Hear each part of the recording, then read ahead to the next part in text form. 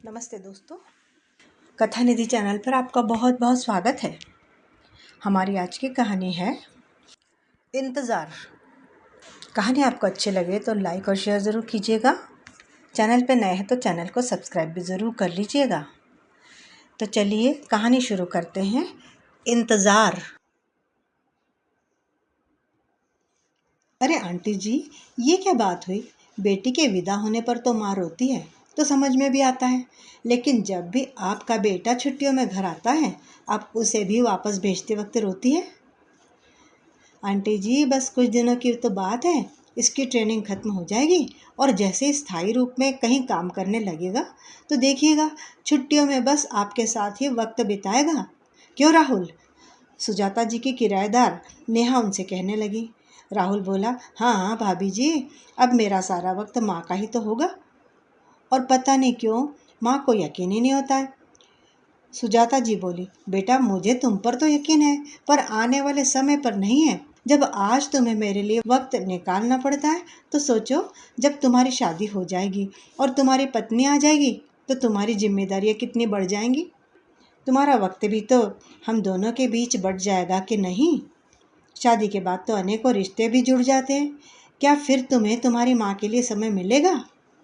नेहा बोली, अरे आंटी जी, ये क्या बात हुई? शादी के बाद भले ही पत्नी आ जाती है, पर माँ की जगह कोई नहीं ले सकता। राहुल, मैं तुमसे भी एक बात कहूँगी। भले ही अपनी पत्नी को पूरा समय देना, पर जो समय तुम्हारी माँ के लिए है उसे भी भूलना मत। क्योंकि दुनिया में एक माँ ही होती है जो बिना किसी शर्त के अपने बच्चों से बेइंतहा मोहब्बत करती है। बाप रे बाप, राहुल बोला, इतने बड़े बड़े शब्दों से आप दोनों मुझे घायल मत कीजिए। अगर शादी के बाद ना चाहते हुए भी मैं कहीं बदल गया तो इससे तो बेहतर होगा मैं शादी ना करूँगा बाबा।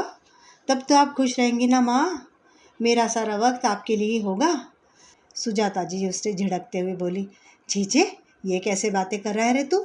मैं तो तुझे सेहरा बंधे हुए देखना चाहती हूँ और तू शादी न करने की बात कर रहा है। अब जा, चुपचाप अपने काम पर जा और अपना ध्यान रखना। समय पर खाना खाना और वक्त मिले तो मुझे फ़ोन भी कर लिया करना। नम आंखों से सुजाता जी ने अपने बेटे को विदा किया। ट्रेन में सफ़र के दौरान राहुल को माया नाम की एक लड़की मिली जो उसी के शहर की थी, और संयोग कुछ ऐसा निकला कि वो भी उसी की कंपनी में कुछ पहले ही ज्वाइन हुई थी। दोनों का सफ़र बातें करते करते कट भी गया और दोनों में दोस्ती भी हो गई। इधर नेहा सुजाता जी के मकान में किराएदार थी, परंतु एक बेटी की तरह ही वह उनका ख्याल रखती और सुजाता जी भी उसका बेटी की तरह ध्यान रखती थी। और नेहा के परिवार वालों के साथ भी सुजाता जी जुड़ गई थी। सुजाता जी के पति विमलेश बाबू कुछ सालों में रिटायर होने वाले थे। पहले तो बेटे के लिए करते करते सुजाता जी का वक्त कट जाता था, पर अब वह घर में अकेली हो जाती थी और हर पल राहुल के आने का ही इंतज़ार करती रहती थी कि कब वह अगली छुट्टी में घर आएगा, कब उसे छुट्टियां मिलेंगी और कब वह आएगा अगली बार। वक्त बीतने लगा। देखते ही देखते राहुल की नौकरी को भी 2 साल हो गए। फिर उसने अपने माँ पापा को माया के बारे में बताया और माता पिता की रजामंदी से राहुल की माया से शादी भी हो गई और अब वह उसके साथ बेंगलुरु में रहने लगा। कुछ महीने तो राहुल 15 दिन में एक बार आकर माता पिता से मिल लिया करता था, पर जैसे जैसे वक्त बीतता गया राहुल का घर आना जाना कम होते गया। अब की बार करीब 8 महीनों के बाद राहुल आने वाला था तो सुजाता जी उसके आने के लिए एक एक चीज़ बनाकर रख रही थी और उसके लिए और भी कई सारी तैयारियां कर रही थी। अचानक फ़ोन की घंटी बजी। सुजाता जी ने झट से फ़ोन उठाया तो सामने से उनकी बहू माया बोली, मम्मी जी, हम लोग आज नहीं आ पाएंगे। वो मैं अपनी मम्मी के घर आ गई हूँ, तो जब भी वहाँ आऊँगी तो मैं आपको फ़ोन करके बता दूँगी। आप हमारा इंतज़ार मत कीजिएगा। सुजाता जी चुप हो गई। आप सुन रही है ना मम्मी जी? सुजाता जी बोली, पर माया बेटा, मैं भी कितने दिनों से तुम लोगों का इंतज़ार कर रही हूँ, और राहुल कहाँ है? माया बोली, मम्मी जी, आप अकेले ही थोड़ी ना हमारा इंतज़ार कर रही हैं। मेरी माँ भी कर रही थी और आपके बेटा अभी अपनी खातिरदारी करवा रहा है। इतना कहकर माया ने फ़ोन रख भी दिया। इतने दिनों से जो सुजाता जी उत्साह से अपने बहू बेटे के आने की तैयारियां कर रही थी, उनका इंतज़ार कर रही थी, उनका वह सारा जोश एक पल में ठंडा हो गया। रिसीवर वहीं किनारे पर छोड़कर वह वहीं कुर्सी पर बैठ गई और वह कभी टेबल पर बनाकर रखे हुए खाने को देखती, दूसरी चीज़ों को देखती, तो कभी दरवाजे की तरफ। विमलेश बाबू बोले, क्या हुआ सुजाता, तुम्हारा चेहरा क्यों उतर गया? और फ़ोन किसका था? माया का फ़ोन था जी। कैसे उसने एक टुक में कह दिया कि वह आज नहीं आएंगे, और मैं यहाँ कब से इंतज़ार कर रही हूँ कि कब मेरा बेटा मेरे पास आएगा। लगभग 1 साल होने को आया है उन लोगों को देखे हुए, लेकिन देखिए ना, इस बार भी बहू ने आने से पहले ही मेरी उम्मीदों को फिर एक बार तोड़ दिया। विमलेश बाबू ने सुजाता को समझाते हुए कहा, मैंने तुम्हें पहले भी समझाया था कि शादी के बाद लड़कों की ज़िंदगी भी बदल जाती है, और पहले भी तो राहुल कम ही आता था। यह बात अलग है कि वह जब भी आता था तो अपना सारा वक्त तुम्हें ही देता था, पर अब तो मैं उसे देखने के लिए भी तरस जाती हूँ। पहले जॉब करता था तो छुट्टियों में तो मेरे पास आता था, लेकिन अब तो वो भी नहीं आता। एक शहर में ससुराल और मायका हो तो लड़की को परेशानी होती है, वो मैं समझती हूँ, पर मेरा बेटा, वो तो बस अपने ससुराल का होकर रह गया है। क्या उसे अपनी माँ की याद नहीं आती? तुम जानती तो हो सुजाता, माया अपने घर में सबसे छोटी है, बस उसका एक बड़ा भाई है। जाहिर सी बात है कि जब भी राहुल छुट्टी पर घर आने की सोचता होगा तो माया पहले अपने घर जाना चाहती होगी। आप उसका पक्ष मत लो जी। छुट्टी पर वो लोग यहाँ आते हैं तो पहले वहाँ जाते हैं, और अगर छुट्टी पर नहीं आते तो कहीं बाहर जाने का प्लान बना लेते हैं। कभी हमारे पास आने का प्लान क्यों नहीं करते? क्या हम उनके इंतजार में यहाँ नहीं बैठे हैं? मुझे समझ में नहीं आता, माया को ससुराल आने में ही रोना क्यों आता है, जबकि ससुराल के नाम पर सिर्फ हम ही तो हैं। कौन सी उसके ननंद और देवरानी जेठानी बैठी है यहाँ? सब कुछ तो उसका ही है, और जैसे जी चाहता है वह रह सकती है। फिर अगर आपको याद हो तो इन 2 सालों में गिनकर वह कभी भी इस घर में 15 दिन भी नहीं रही है। सुजाता, तुम इस बारे में जितना सोचोगी उतनी ही तुम्हें तकलीफ होगी। अब उनको जब आना होगा तभी आएंगे, तुम इतना परेशान मत हो। सुजाता जी रो रही थी, बोली, मेरा राहुल कितना बदल गया है। शादी के शुरुआती दिनों में छुट्टियों में तो फिर भी 1-2 दिन के लिए मिलने चला आता था, पर अब तो छुट्टियां ही बीत जाती है पूरी, लेकिन वो लोग नहीं आते। माया को छोड़ो, पर क्या राहुल का भी कभी मन नहीं करता हमसे मिलने का? इतना कहते कहते सुजाता जी बिलक बिलक कर रोने लगी। विम विमलेश बाबू सुजाता जी को समझा रहे थे, पर रोते रोते उनकी आंखें सूज गई थी। तभी उनके किराएदार नेहा सीढ़ियों से नीचे उतरती हुई आई। सुजाता जी की आंखों में आंसू देखकर वो बोली, क्या हुआ आंटी जी, आप रो क्यों रही है? सुजाता जी ने झट से अपने आंसुओं को छुपाने की कोशिश की और बोली, नहीं तो, ऐसी कोई बात नहीं है नेहा। क्या हुआ, इस बार भी राहुल नहीं आया क्या? नेहा की बात सुनकर सुजाता जी फिर से मायूस हो गई और दोबारा उनकी आंखों में आंसू झिलमिलाने लगे। नेहा को समझते देर नहीं लगी कि आखिर क्या हुआ है। वो उनके पास बैठ गई और सुजाता जी का हाथ अपने हाथ में लेकर बोली, आंटी जी, मैं मानती हूँ कि राहुल आपका इकलौता बेटा है और उसकी याद आना स्वाभाविक भी है, पर एक बात कहूँ, आप उन लोगों से इतनी उम्मीद करना छोड़ दीजिए, क्योंकि जब उम्मीद की जाती है तो अपने साथ दुख की परछाई भी लाती है। मैं तो यही कहूँगी कि अब तो अंकल जी भी रिटायर हो गए हैं, तो अब बेटी बहू के बारे में सोचना छोड़िए और अपने लिए जीना सीख लीजिए। विमलेश बाबू बोले, बेटी नेहा, अब तुम ही समझाओ इसे। मैं तो कह कह कर थक गया, ये दिन रात बेटे के नाम की माला जपती रहती है, पर मेरे बारे में तो ये सोचती नहीं। कितनी बार इसे बोला है कि चलो अयोध्या घूम कर आते, इतना सुंदर मंदिर बना है, दर्शन करके आ जाएंगे, हमारा मनोरंजन भी हो जाएगा, पर नहीं, इसे तो बस बेटे बहू के इंतजार में पल के बिछाए यहीं बैठे रहना। सुजाता जी ने गुस्से में विमलेश बाबू को देखा और बोली, आप कहना क्या चाहते? क्या मैं अपने बेटे बहू को याद करना ही छोड़ दूं? क्या उनसे उम्मीद न करूं? माँ हूं उनकी, ऐसे कैसे भूल जाऊं? नेहा हंसकर बोली, आंटी जी, मेरा और अंकल जी के कहने का मतलब यह नहीं था कि आप अपने बेटे को भूल जाओ। मैं तो ये कह रही हूँ कि आप उनसे इतनी उम्मीद मत करो, क्योंकि जब उम्मीद उठती है तो सबसे ज़्यादा दर्द एक माँ को ही होता है, और जब तक यह एहसास उन लोगों को नहीं होगा कि उनके बिना भी आपकी ज़िंदगी मज़े से चल रही है, तब तक वे आपके मन को चोट पहुँचाते ही रहेंगे। सुजाता जी आश्चर्य से नेहा को देखते हुए बोली, वो कैसे?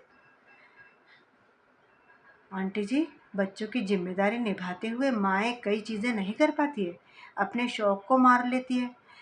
और तो अब उम्र जो बची है और वक़्त जो आपके पास है, वह अपने उन्हीं शौक को पूरा करने में आप बिताइए। आपको पता है, मेरी माँ को घूमने-फिरने का बहुत शौक था, पर घर गृहस्थी की ज़िम्मेदारियों के चलते वो कभी घूम फिर नहीं पाई। लेकिन अब मैं अपनी माँ को यहाँ आने से या अपने भाई के पास जाने से मना कर देती हूँ और कहती हूँ कि पापा को लेकर घूमो-फिरो। और अब देखिए, मैं भी खूब घूमती-फिरती हूँ, क्योंकि मेरे दोनों बच्चे हॉस्टल में हैं, तो मैं अपनी ज़िंदगी जीना क्या छोड़ दूँ? क्या कल को वह मेरे लिए अपनी छुट्टी बर्बाद करेंगे, जैसे कि राहुल कर रहा है? विमलेश जी बोले, देखो सुजाता, नेहा हमसे उम्र में कितनी छोटी है, पर उसने अपनी आने वाली जिंदगी का सारा प्लान अभी से तय कर लिया है। नेहा हंसकर बोली, हाँ अंकल जी, आज रात ही हम लोग अयोध्या घूमने जा रहे हैं अपने सब दोस्तों के साथ। आप लोग भी हमारे साथ चलो ना। वैसे भी हमारे पास 2 एक्स्ट्रा टिकट है। एन टाइम पर हमारे 2 दोस्तों ने कैंसिल कर दिया, तो वो टिकट हमारे पास बची हुई है। उनकी जगह आप लोग हमारे साथ चल सकते हो। बड़ा मज़ा आएगा। सुजाता जी ने उसकी तरफ देखा और बोली, हम ऐसे कैसे जा सकते हैं? राहुल और माया इसी शहर में आए हुए हैं। न जाने वो दोनों कब आ जाएं। नेहा ने मुंह बिचकाया, बोली, आंटी जी, आप तो हमेशा अपने बेटे बहू के इंतजार में ही रहती हैं। तभी तो अपनी दुनिया को आपने एक सीमित जगह में घेर कर रखा है और उससे निकलती नहीं है। अंकल जी की तरफ देखिए, वो अभी भी जीना चाहते हैं और जीने की उम्मीद इंसान को कभी धोखा नहीं देती। परंतु ये रिश्ते, मोह माया की उम्मीद अपने साथ ढेर सारी परेशानियां और दुख जरूर लाती है। विमलेश बाबू उदास होकर बैठे थे। बोले, रहने दो नेहा बेटा, ये कहीं नहीं जाएगी और मेरी जिंदगी भी इसी के साथ यहीं इस घर में बैठे बैठे ही कट जाएगी, बेटा बहू के इंतजार में। सुजाता जी ने एक बार अपने पति की तरफ देखा और फिर तुरंत ही कुछ सोचकर झट से बोली, क्यों, मैं क्यों नहीं जा सकती? मुझे भी अपनी ज़िंदगी अपने तरीके से जीने का पूरा अधिकार है। अब मैं भी अपनी ज़िंदगी जीना चाहती हूँ। और सबसे बड़ी बात, मेरे बेटा बहू मेरी ज़िंदगी का रिमोट अपने हाथ में नहीं रख सकते। नेहा, हम भी तुम्हारे साथ चलेंगे। मैं तैयारी कर लेती हूँ। इतना कहकर सुजाता जी बड़े जोश से कमरे के अंदर गई और वहाँ से आवाज़ लगाई, सुनिए जी, अपना बैग जरा उतार के तो दीजिए ऊपर से और मेरे साथ आइए, पैकिंग में मेरी मदद कीजिए, क्योंकि मैं अब अकेली थोड़े ना हम दोनों की जिम्मेदारी का काम करूँगी। विमलेश बाबू मुस्कुराते हुए नेहा से बोले, नेहा बेटी, बहुत बहुत धन्यवाद। तुमने कम से कम मेरी पत्नी को झूठी उम्मीदों से बाहर तो निकाला। अब वो अपने लिए जीना फिर से शुरू करेगी। चलिए अंकल जी, जिंदगी की नई पारी की शुरुआत करते हैं। अब जल्दी जाइए, वरना आंटी जी का फैसला कहीं बदल न जाए। नेहा यह कहते हुए हंसते हुए वापस चली गई और विमलेश बाबू सुजाता जी की मदद करने के लिए अंदर के कमरे में चले गए।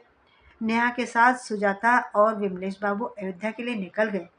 अगली सुबह सुजाता जी के पास राहुल का फोन आया। माँ, ये क्या तरीका है? हम तो दरवाजे पर खड़े और आप दरवाजे पर ताला लगा कर कहीं चली गई हैं। आखिर आप लोग है कहाँ? आपको पता था ना कि हम लोग आए हुए हैं। तो तुमने क्या सोचा राहुल कि तुम्हारे आने की उम्मीद में मैं पलके बिछाए बैठी ही रहूंगी? आखिर कब तक? तुम छुट्टी बिताने मेरे पास नहीं, बल्कि अपने ससुराल में आए थे। जब तुम लोगों को अपने माता पिता की कोई चिंता ही नहीं है, तो आखिर मैं भी इतने दिनों तक तुम लोगों की आस में घर में तुम्हारे लिए पलके बिछा के बैठी रहूंगी और तुम्हारी चिंता में ही मरती जाऊं? माँ, मैंने उम्मीद नहीं की थी कि आप हमारे साथ ऐसा करेंगी। बेटा, मैंने भी उम्मीद नहीं की थी कि तुम मेरे साथ ऐसा करोगे। और बेटा, उम्मीद तोड़ना तो तुम लोगों ने ही मुझे सिखाया है ना। मैंने तो जो भी तुम्हें उम्मीद दी, आज तक मैंने उसे पूरा किया। पर अब मैं यह समझ चुकी हूँ कि अपने बच्चों से उम्मीद लगाकर हम अपने दुखों को ही न्योता देते हैं। और हाँ, एक बात और तुमसे कहना चाहूँगी बेटा, मैं सपने में भी दुख की परछाई तुम्हारे पास आने नहीं देना चाहूँगी। इसलिए कह रही हूँ कि अब हमसे किसी तरह की कोई उम्मीद मत रखना। तुम अपनी ज़िंदगी जियो और हम अपनी ज़िंदगी जिएंगे। हम तुम्हें अब कभी परेशान नहीं करेंगे कि बेटा यहाँ छुट्टियाँ बिताने आओ, ये कहकर। हाँ, जब तुम्हें अपने आप ही हमारी याद आए तो आने से पहले बता देना कि तुम आ रहे हो या नहीं, वरना अब हम किसी का इंतज़ार नहीं करेंगे और अपनी उम्मीद को टूटता हुआ भी नहीं देखेंगे। इतना कहकर सुजाता जी ने फ़ोन रख दिया। विमलेश बाबू आश्चर्य से सुजाता जी की तरफ देखने लगे तो वे बोली, क्या आप मुझे ऐसे क्यों देख रहे हैं? माँ बनने से पहले मैं एक इंसान भी हूँ। मुझे भी दर्द होता है। और जब तक उन लोगों को एहसास नहीं दिलाऊंगी कि बूढ़े माता पिता बच्चों की आस में आंखें बिछाए बैठते हैं और जब उनकी उम्मीद टूटती है तो उन्हें कितना दर्द होता है, तब तक वो क्या जाने कि हमें कितना बुरा लग रहा है, हम कितने निराश हो जाते हैं। आखिर बूढ़े माता पिता ही अपने बच्चों से उम्मीद लगाने की सजा क्यों पाएंगे? कुछ रोज के बाद अयोध्या घूमकर सब लोग वापस आए। सुजाता जी बहुत खुश थी। अब जब भी नेहा कहीं बाहर घूमने का प्लान बनाती तो वो दोनों भी उनके साथ हो लेते थे। इधर राहुल को अपनी गलती का एहसास हुआ। तब उसने माया को खूब खरी खोटी सुनाई। मैं कहता था तुमसे कि पहले माँ के पास चलते हैं, फिर तुम्हारे घर चलेंगे, पर नहीं, तुमने मेरी एक नहीं सुनी। आखिर तुम क्या चाहती हो कि मैं अपने माँ बाप से अलग ही हो जाऊं? मेरे सिवा उनका इस दुनिया में कोई नहीं है। तुम्हारे माँ बाप के पास तो फिर भी तुम्हारा भाई है। फिर तुम इतनी स्वार्थी कैसे हो सकती हो? याद रखो, अगर अगली बार से हम छुट्टियों में आएंगे तो पहले मैं अपने माँ बाप के घर रहूंगा, और तुम्हें अगर अपने माँ बाप के घर जाना है तो तुम वहीं रहना। माया ने भी गुस्सा होते हुए कहा, अरे तुम मुझे क्यों सुना रहे हो? मैंने तुम्हें कभी रोका था कि तुम न जाओ अपने माँ बाप के घर? वो तो तुम्हें भी अच्छा लगता था मेरे पीहर में, इसलिए तुम रह जाते थे। क्या तुम्हें याद नहीं थी कि इस शहर में ही तुम्हारे माँ बाप रहते हैं? तुम क्यों ना उनसे मिलने निकल जाते थे? मेरे लिए क्यों रुके रहते थे? राहुल को उसकी बात सुनकर बहुत दुख हुआ और उसे समझ में आया कि माया ने सच में उसकी आंखें खोल दी है। अगले ही महीने माया और राहुल जब दोबारा 4 दिनों की छुट्टी में घर आए तो राहुल माया को लेकर इस बार अपने माँ पिता के घर ही आया। उसने अपने माता पिता से अपने बर्ताव के लिए क्षमा मांगी।